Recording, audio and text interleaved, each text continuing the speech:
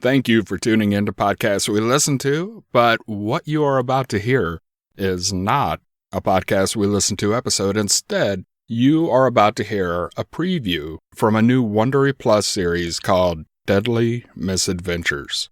It's hosted by two of my personal friends, Justin from Generation Y and Tyler from the Minds of Madness. Wondery's newest podcast explores some of the most terrifying, real-life stories of people who came face-to-face with death.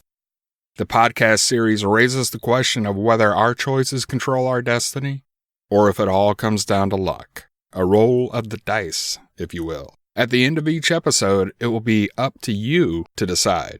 To hear all Deadly Misadventures episodes, ad-free, exclusively on Wondery Plus, just go to wondery.fm/deadly and subscribe today.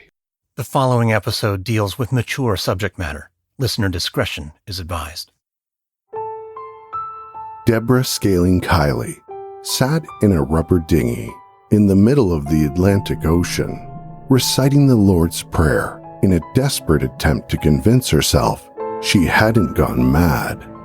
The water surrounding the boat had turned a sickly shade of red as the blood of her devoured crewmate rose to the surface. The Trashman yacht had been lost at sea for 3 days, originally consisting of 5 crew members.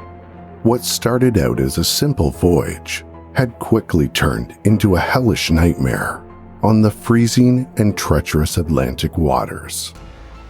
In this perilous tale, you can decide if the Trashman yacht had been destined for disaster all along, or had it been a voyage made worse due to a string of poor decisions by its crew members?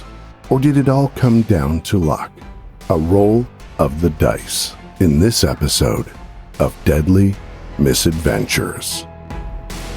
You knew your time would come, and you knew there was a price to pay. I just can't help but smile, see the satisfaction on my face, 'cause I knew that there would come a day I'm gonna do bad things, do it like it's nothing. Being bad has never felt so good, doing bad things to you. Doing bad things to you.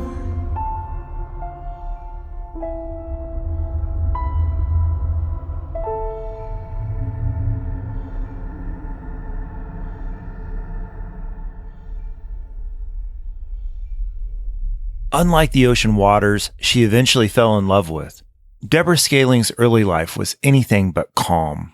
Born in Throckmorton, Texas in 1958, Deborah suffered through somewhat of an unhappy childhood. Her parents divorced when she was just a baby, and her mother went on to marry several more times before Deborah was even 10 years old. One of her mother's partners became physically abusive towards young Deborah, and by her early teens, she developed an eating disorder, an illness that stayed with her right until adulthood. However, Deborah didn't let these hardships consume her. She developed a resilience to these struggles, something which would aid her later in life. At age 8, Deborah attended Camp Grady Spruce in Texas, and it was there she discovered sailing for the first time. She spent her days sailing and worked on boats as a teenager, and by age 20, her love for sailing overshadowed everything else in her life. So much so, she dropped out of her placement at the University of Texas to focus full-time on sailing. When one crew job ended, Deborah immediately began searching for the next one, quickly racking up some achievements on the high seas. Deborah took part in sailing competitions such as Race Week in Antigua and the prestigious Whitbread race, becoming the first woman to successfully sail around the world. Such grueling missions had hardened Deborah to a life at sea, and she believed that no voyage could defeat her, least of all a simple 5-day trek from Maine to Florida. In the fall of 1982, Deborah is floundering around. She's working as a waitress in Bar Harbor, Maine. Her only thoughts are about her next journey into the ocean.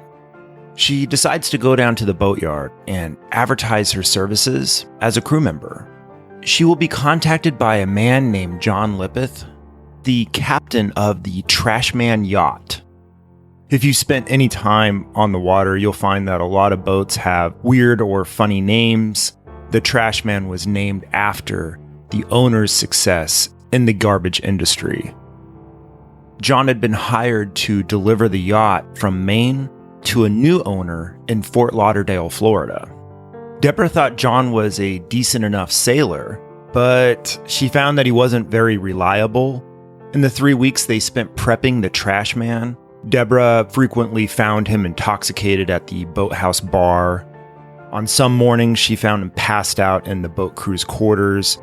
Other sailors let her know that John had a quite unsavory reputation, but his experience as a seaman spoke for itself. So Deborah gave him the benefit of the doubt. They were struggling to find additional crew members, so John brought along his girlfriend Meg. She had zero experience, had barely stepped on a yacht, but John didn't seem to care because he just wanted more warm bodies to help. In October 1982, the three set sail for Florida. They stopped in Annapolis, Maryland to pick up more crew. There they found Brad Kavanaugh and Mark Adams. Deborah was actually familiar with Brad, and she trusted him as a competent sailor. Mark, however, she didn't know. Much like John, Mark was a heavy drinker. He was loud, brash, and aggressive, which was a perfect match for John, who ended up recruiting him immediately. Mark claimed he would soon be captaining a ship named the Ocean Greyhound. It was a prestigious yacht that took part in the Whitbread race, which Deborah had previously competed in. So with those credentials, Deborah assumed he must be a decent sailor. She had her doubts, so she decided to contact the owner of the Ocean Greyhound and ask about Mark. He told her he'd never heard of a Mark Adams, nor had he ever spoken to a Mark Adams, and the ship wasn't even scheduled to be sailed anytime soon. Deborah began to have serious doubts about this trip, between the captain being untrustworthy, Meg's inexperience, and it turns out that Mark was a liar. So in Deborah's mind, only Brad could be trusted. While they were docked, Deborah took John aside and told him about her doubts and worries. She told him the crew they had assembled were incapable of making the trip, and attempting to do so could put their lives at risk. When John pushed back, she said she didn't want any part of this journey. So John told Deborah if she quit, he'd make sure she'd never sail again. And so Deborah returned to the Trashman and took off into the sea with her 4 crewmates. Little did she know, her instincts were more trustworthy than she could have ever imagined. You can hear all Deadly Misadventure episodes ad-free right now with a subscription to Wondery Plus. Start your free trial today at Wondery.fm/deadlyplus.